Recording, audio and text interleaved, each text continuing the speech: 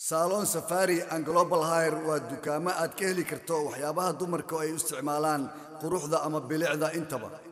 haday ahaan lahaayeen shaambooyinka saliidaha kareemooyinka iyo waliba timaha oo nooc walba oo jumlo iyo tafaariiq leh saliidaha timaha soo saara ama bixiya ee jarjarka iyo jajabka ka ilaaliya shaambooyinka aan jarjarin timaha kareemooyinka aan kiimikada lahayn ee waliba dhaawaca aan jirka ama wajiga aan gaarsiinayn ee soo celiya quruxda iyo bilicda haaraha ka qaada wajiga